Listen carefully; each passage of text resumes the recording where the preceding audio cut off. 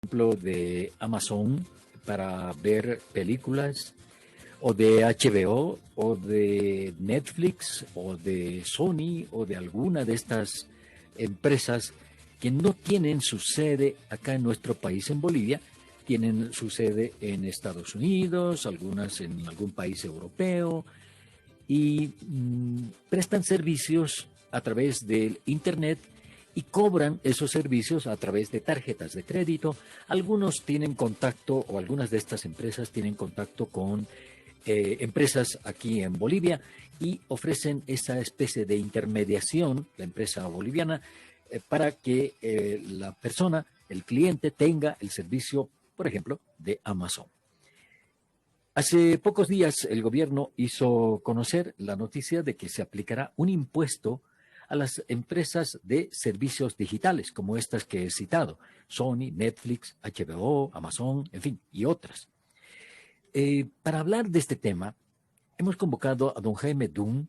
Él es analista financiero, a quien le doy las buenas tardes. Jaime, le saluda José Luis Aliaga de la red Herbol. José Luis, un gusto estar aquí y compartir estos minutos contigo. Muchas gracias. Bueno, este tema, Jaime, el tema de las empresas que prestan servicios a diferentes clientes en nuestro país, en toda Bolivia, pero no tienen sede en Bolivia. Su sede está en Estados Unidos o en cualquier país en el exterior. Y por tanto, no pagan impuestos aquí en Bolivia por el servicio que prestan. El gobierno quiere cobrarles impuestos. ¿Será posible esto, Jaime? Bueno, primero comentarte, José Luis, que esto de poner impuestos a los servicios digitales no es algo nuevo. Es algo que ha Ujú. nacido como una corriente ya desde el 2012, en realidad, con la Unión Europea que estuvo analizando el tema. Después, el 2013 entró la OSD, el G20 desde el 2016-17. Entonces, muchos países han estado dando vueltas a esa idea. Y obviamente el tema de la Ujú. pandemia, José Luis, ha creado una situación donde todas las naciones del mundo han incrementado su deuda de manera dramática por el tema de la pandemia. O sea, no te estoy hablando de incrementar en 5 o 10% la deuda, en 100, 200% la deuda. Bolivia es un país cuya deuda en el año 2014-15, toda su deuda era más o menos del 26-30% del Producto Interno Bruto. Por los efectos de la pandemia hemos sobrepasado el 50%. Entonces, a más deuda, el país necesita más recursos para pagarla, ¿no es cierto? Entonces, todos estos países, desde la crisis de 2008, vienen pensando cómo cobrar nuevos impuestos y, por supuesto, estando en lo que se llama la economía digital, en la economía de servicios digitales y los grandes ingresos que han tenido las empresas de servicios digitales por la pandemia, justamente. Zoom, por ejemplo, que estamos usando ahora, PayPal, eBay, Amazon, todas han tenido ganancias récord. ¿Por qué? Porque la pandemia ha hecho que la gente use más los medios digitales, por supuesto. Entonces, ha sido muy lógico que se derive en la idea de vamos a cobrar impuestos. Entonces, desde 2017 ya tienes eh, países como Colombia, Argentina, entre el 17, han tardado algunos un par de años en implementarlas, 18 básicamente entran también ya Chile, Uruguay y muchos países del mundo. Y en realidad Perú y Bolivia quedaron un poco rezagados, ¿no? Entonces el gobierno boliviano no está inventando nada, paga la aclaración, tampoco está inventando un nuevo impuesto, simplemente dice les vamos a cobrar bajo los impuestos que tenemos. Ahora, tu pregunta es bien importante porque para cobrar un impuesto hay que saber quién es el que da el valor agregado, quién es el que produce el bien o el servicio, dónde está ubicado, quién es el que consume ese servicio o ese bien, quién lo paga, cómo se paga, y si va a haber facturas, quién va a emitir la factura. Entonces, todas esas preguntas son muy importantes de resolver y aclarar. Y ahí la pregunta es, ¿Bolivia qué puede hacer en bajo esas restricciones de un código tributario de los 90, donde obviamente no existía ni Netflix ni Amazon? Bueno, Amazon sí existía, valga la aclaración, pero no existía la cantidad de servicios digitales que tenemos ahora. Ahora, en esto, Jaime, conversaba con alguna gente y me decía, bueno, esto es bien facilito. Te cobran, si tú tienes Netflix, le cobran impuestos a Netflix. Lo que va a hacer Netflix, un supuesto, ¿no?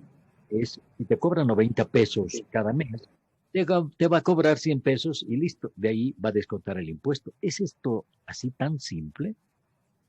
Bueno, en el tema de impuestos no necesariamente todo es bien simple, pero para el caso de Bolivia, a ver, Bolivia tiene una norma tributaria que básicamente te va a gravar los ingresos o el consumo a través del IVA. ¿De acuerdo? Esos son básicamente los dos impuestos sobre los cuales deberíamos detenernos a analizar. Ahora, para el tema de ingresos, del impuesto al ingreso, el impuesto a las utilidades, por ejemplo, en nuestro código tributario está el artículo 42 que nos habla, perdón, no el código, en la ley 843, el artículo 42 que nos habla del principio de fuente, ¿no? Entonces, primero te dice que tiene que ser de fuente boliviana, es algo que se ha generado en el país, se ha consumido, se está vendiendo, se está transando, se está haciendo algo en Bolivia. Pero también deja la puerta abierta de que también la actividad puede ser que se haga con participación de Bolivia, en el sentido que están dentro de las fronteras de Bolivia ese servicio o ese bien que se está produciendo.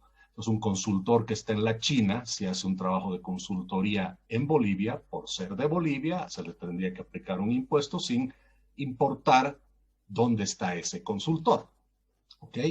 Ahora, también dice, sin embargo, las normas tributarias, de que los que pagamos impuestos, pues somos bolivianos, estamos en territorio nacional, las empresas están registradas en Bolivia, tienen que tener un NIT. Entonces, el pedir que Netflix o Amazon vengan a Bolivia a constituir subsidiarias y saquen un NIT, yo lo veo altamente improbable. Es improbable que eso suceda. Entonces, si vamos por ese esquema, lo más probable es que ese país diga, yo estoy en la red, y si alguien se cuelga a mi red y tiene el servicio en Bolivia, pues como hay que pagar un impuesto al ingreso, yo no estoy registrado ahí, lo más probable es que el servicio deje de darse. Ese es el gran peligro que existe con esto. Por ejemplo, Uber en Paraguay simplemente no existe. ¿Por qué? Porque las normas, no solamente tributarias, laborales, qué sé yo, han hecho que para Uber sea demasiado complejo. Entonces simplemente Uber corta eso. ¿Y quién perdió? ¿Uber? No, el que perdió fue el ciudadano paraguayo. Entonces ese es el riesgo que se corre cuando se habla de impuestos al ingreso. Sin embargo, Bolivia también tiene, como te digo, el IVA, el impuesto al valor agregado. ¿Y qué es el impuesto al valor agregado? En realidad es un impuesto al consumo. Es un impuesto, valga la aclaración, que pagan los consumidores, no las empresas. Entonces, cuando tú en la farmacia compras un remedio, en realidad el precio ya viene incorporado el IVA. Entonces, cuando tú pagas el precio, lo que está sucediendo es que la empresa o la farmacia en este caso está haciendo el rol de agente de retención, pero en realidad el impuesto lo estás pagando tú, no la farmacia. Entonces, eso nos lleva a un tema de cómo el IVA en realidad sería el más práctico para usar. Es más, te mencioné Colombia, te mencioné Chile, Uruguay también podemos poner en la lista, Argentina. Resulta que de estos 4 países que te menciono, el único que ha puesto el impuesto a la renta porque lo puede hacer de alguna manera es Uruguay. El resto de los países usan el IVA. ¿Por qué? Porque en el IVA lo que tú haces es incrementar el precio. Pero ahí viene el tema bien importante, José Luis. ¿Quién paga entonces? El gobierno nos dice, le vamos a cobrar a las empresas multinacionales extranjeras. Eso no es verdad. Si vamos por el IVA, vamos a pagar tú, yo, todos los ciudadanos de a pie.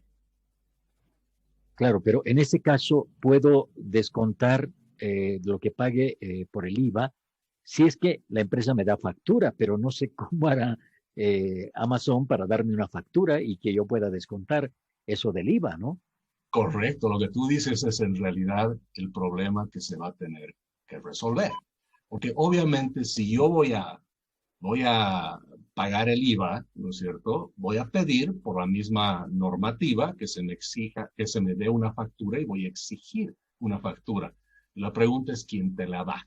Entonces, ¿cómo han resuelto algunos países ese tema? Han hecho cambios en su norma tributaria y en vez de tener la residencia fiscal como empresa realmente, han creado algo que lo llaman el agente fiscal. Y el agente fiscal en realidad es una persona que representa a la multinacional y se encarga en el país de hacer lo que se tenga que hacer para la generación de las facturas. Eso es más sencillo, la verdad, si en la ley se pudiera poner algo así, que pedir a Netflix que venga y abra una sucursal en Bolivia, que sabemos que no lo va a hacer. Es más, te pongo el siguiente ejemplo. El tema de Uber, por ejemplo. Uber es en realidad un servidor, si lo ponemos así de manera práctica, que uno está en Ámsterdam, en Holanda, y el otro está en Bermudas. Son dos servidores. No hay gente trabajando ahí.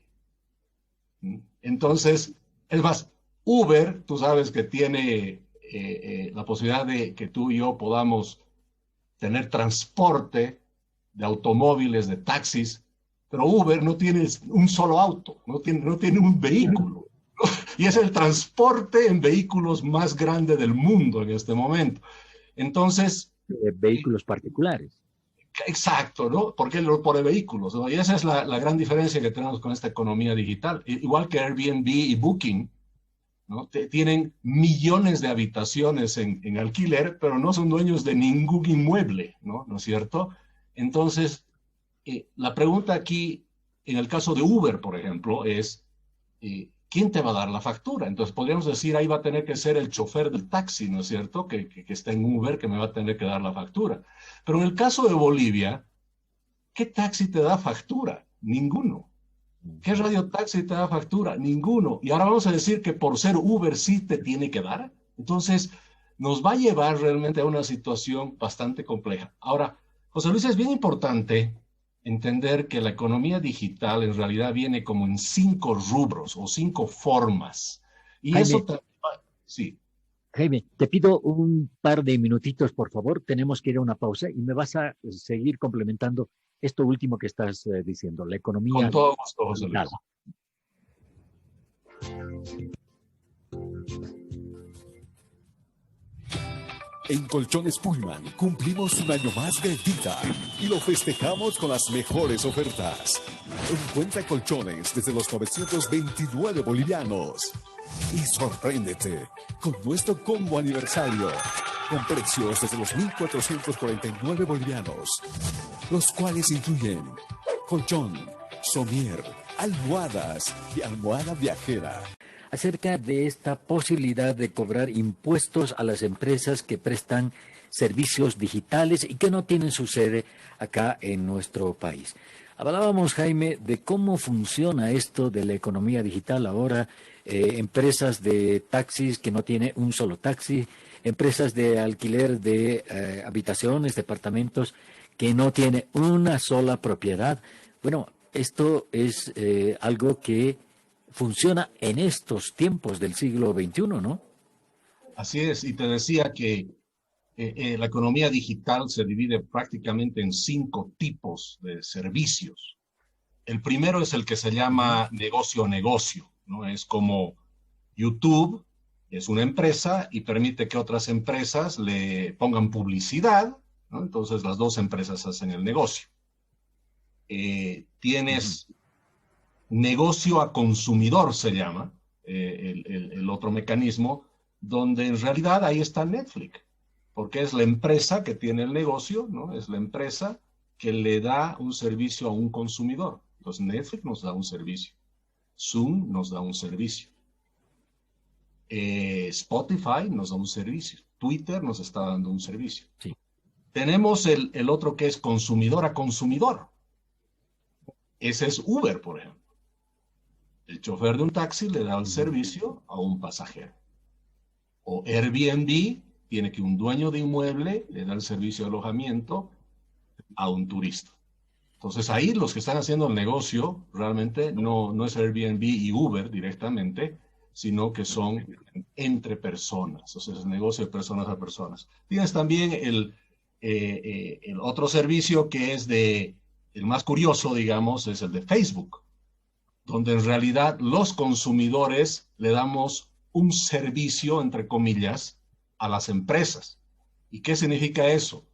Que cuando tú navegas en Facebook, en realidad la forma que navegas, lo que estás haciendo, lo que estás comentando, es información que se vende a las empresas, pero no te pagan, ¿eh? ¿Tú crees que Facebook es gratis? No es gratis. Lo que pasa es que tú eres el producto. Tú eres el commodity que se está vendiendo y tú no recibes nada.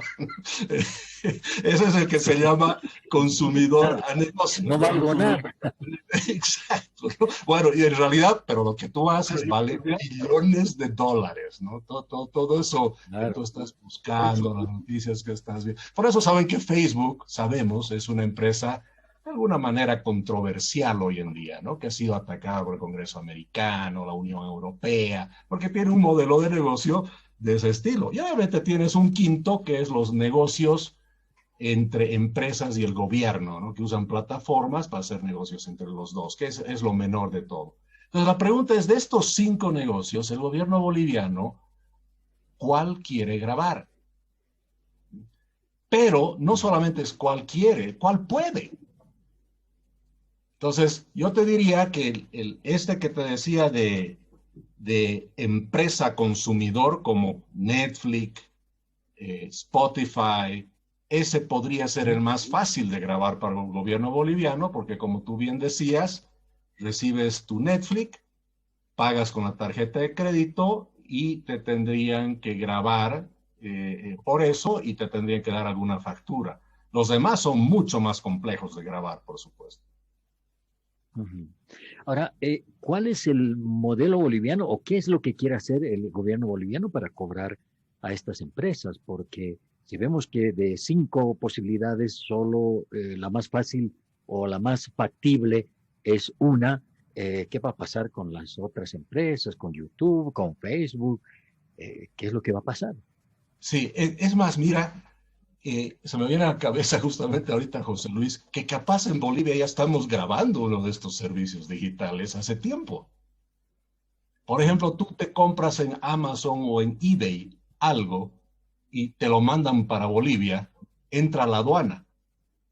La aduana cobra el arancel aduanero, más otros fees que hay que pagar, y por eso te sale más caro al final, ¿no es cierto? O viene de HL y te dice, aquí está tu rasuradora de $20, pero me tienes que pagar 30, te dice, ¿no? Porque 10 es para... Entonces ya estamos grabando alguno, fíjate, ¿no? Sin hacer mucha publicidad, como que ya estamos grabando alguno. Entonces, podría ser que justamente algunos de estos servicios ya están grabados, pero obviamente otros no lo están. Entonces, va a ser más fácil para Bolivia, sinceramente, si lo quiere hacer rápido y lo quiere hacer eficientemente, pensar en estos servicios, como te decíamos, ¿no? De empresa consumidor, ¿no? Como Netflix. Y por eso el mismo gobierno te habla de Netflix, te habla de Spotify, te habla de HBO. Si te das cuenta, son todos servicios de streaming o servicios donde la empresa te da algo a ti y tú compras el servicio. Ahora, en esto, la pregunta es, si graban así, Netflix no va a poner un personero acá, no va a abrir una oficina, poner un personero puede ser, pero el problema es, ¿qué pasa si yo que pago 90 bolivianos por cada mes del servicio de Netflix, aparece en mi tarjeta que he pagado 97 bolivianos por el impuesto que me aplican, o 98, 100 bolivianos por el impuesto que me aplican. Entonces, ¿a quién me voy a quejar que me están cobrando a mí un impuesto que tendría que pagar en Netflix? Ese es el problema, ese es lo que Y el problema preocupa. capaz se está generando ya desde ahora cuando se escucha al gobierno decir las empresas digitales deben pagar. Pero cuando vemos que el IVA está siendo considerada como idea, sabemos que el IVA lo pagan los consumidores. Entonces creo que hay que ser bien transparentes con la gente. Lo que pasa, lo que pasa en todo esto también, y obviamente es mi opinión como analista, es que, a ver, primero, José Luis, seamos sinceros, la cantidad que se va a recaudar con esto, el mismo gobierno te habla entre 30 y 100 millones de bolivianos al año. Eso es absolutamente nada. Sí. O sea, a nivel mundial, cuando un impuesto recauda menos del 1% del PIB, ni siquiera uno se molesta en implementarlo. Tenemos el impuesto a las grandes fortunas que grava menos del 0,3% del PIB.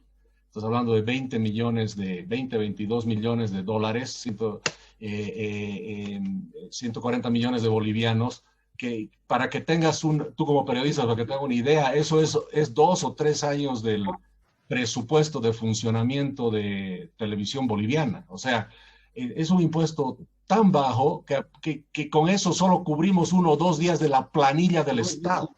Y cuando hablamos de que este impuesto va a ser de 30 millones de bolivianos, estamos hablando que es una fracción del otro impuesto de las grandes fortunas. O sea, ni siquiera medio día de salario vamos a cubrir. Entonces, la pregunta es, ¿por qué se está haciendo realmente? Y mi opinión es, evidentemente Bolivia necesita recursos, pero estos impuestos no nos van a resolver el problema del déficit fiscal, te garantizo. Está muy lejos Absoluto, de eso. claro. Entonces, no son igual que el impuesto a las grandes fortunas, no son impuestos recaudatorios de dinero, digamos. Son recaudatorios de apoyo ideológico, más que de dinero, porque suena muy bonito. Vamos a cobrarle a los ricos, vamos a cobrarle a las multinacionales, vamos a cobrarles a las grandes empresas extranjeras. Pero en el fondo, otra vez, vamos a ser nosotros los que vamos a pagar este impuesto si vamos por el IVA. Yo estoy 90% seguro que vamos a ir por el IVA. Bien, vamos a tener que esperar más datos que nos pase el gobierno, dando respuesta a estas inquietudes, ¿no? De los ciudadanos. Tú sabes que los impuestos siempre traen dificultades, problemas. Hoy día nos estábamos enterando unas manifestaciones en Colombia porque se ha aumentado el IVA, el gobierno colombiano, y ya ha habido un muerto en las manifestaciones. Es decir, esto no es como para decir, bueno, total, no se van a dar cuenta que están pagando y cobramos nomás. Eso no es así, ¿no? Así que hay que esperar más datos, yo creo, de parte del gobierno. Correcto, correcto. Hay que estar atentos a la información. Impuestos, obviamente, es algo que nadie, todo el mundo trata de no pagarlos, pero son obligaciones que tenemos que hacer, obviamente, de hacer los pagos como ciudadanos. El tema es cuando estos impuestos distorsionan, como te digo, no son recaudatorios. Y mira, te paso un dato más que es importante. Ya se ha visto que estos impuestos digitales al final, como te digo, no terminan grabando a las empresas. Y lo que es más triste es que graba a la gente de clase media y a la gente que está en situación económica relativamente dificultosa. Y te pongo un ejemplo. ¿Quién está realmente haciendo, por decirte, videos para vender en YouTube en este momento? Muchas veces la gente que ha quedado desempleada. Es ese ingeniero de sistemas que se acaba de graduar, no tiene trabajo y hace todo lo posible para ganarse unos pesos en YouTube. Tú sabes que en YouTube, si tienes más de 4,000 seguidores, perdón, más de 4,000 horas de visualización de tu video, ¿no? Te dan te pagan algo, ¿no? $100, $200. Entonces, a eso se está pensando también que se podría estar grabando. Cuando te hablo de ese chofer de Uber, Lo más probable es que ese señor que esté en Uber, gran probabilidad es que no consiguió trabajo o quedó desempleado. Entonces resulta que está haciendo eso. O fíjate los repartidores que tenemos, Yaigo, tenemos exactamente, que están en su moto, en su bicicleta. Yo pedí en la oficina algo hace unos días y la verdad es que me dio mucha pena y al mismo tiempo la felicité a esta señora que vino en una moto con 2 niños. O sea, ¿qué hace una señora con sus 2 niños repartidora a las 11 de la noche? ¿No? Eso lo que te está diciendo es que la crisis es tan severa que más bien la economía digital ha generado una cantidad de fuentes de trabajo que antes no existían y en muchos casos, obviamente hay otros que no, pero en muchos casos llegando a gente de bajos recursos o está haciendo la economía digital lo que el gobierno no ha podido hacer todavía, llegar con fuentes de trabajo, fuentes laborales a ciertas personas como esta señora. Y ahora estamos diciendo que ahora va a tener que pagarse un impuesto por eso. Obviamente la empresa repartidora, digamos, pedidos ya o lo que fuese, y alguna que no esté en Bolivia o Uber Eats, lo que sea, no va a pagar el impuesto, va a tener que pagar esa señora si ella está afiliada a esa red, ¿entiendes? Entonces hay que tener cuidado con estos impuestos. Bueno, es una cuestión que no está cerrada, Jaime. Vamos a seguir conversando. Yo te agradezco mucho por estos datos que nos has pasado, que son muy interesantes porque nos muestran un mundo muy diferente al que solíamos tener hace algún tiempito atrás, ¿no? Y te dejo con una pregunta, José Luis, y disculpa que te interrumpa. Pregúntame. Resulta que Uber ya ha puesto a prueba el auto autónomo, o sea, que no tiene chofer. Sí. ¿Te imaginas el día de mañana un auto de estos autónomos por las calles de La Paz y se sube un pasajero? No va a haber quien le dé factura definitivamente, ¿eh? Van a tener que poner una maquinita ahí para... Algo van a tener que hacer, ¿no? Entonces, quien use le va a poner en vez de 30, 300 bolivianos y va a ganar más por la factura, ¿no? Así es, así es. Bien, ya te digo, Jaime, esto no está cerrado, así que a medida que avance vamos a ir conversando a ver qué sale de esta intención de cobrar impuestos a las empresas de servicios digitales. Así que te agradezco mucho por estos minutos con nuestra emisora. A ti, José Luis, las gracias. Buenas tardes. Perfecto. La conversación con Jaime Dun, analista financiero, este posible impuesto a las empresas de servicios digitales que todavía tiene una incógnita. ¿Quién en realidad va a pagar estos impuestos?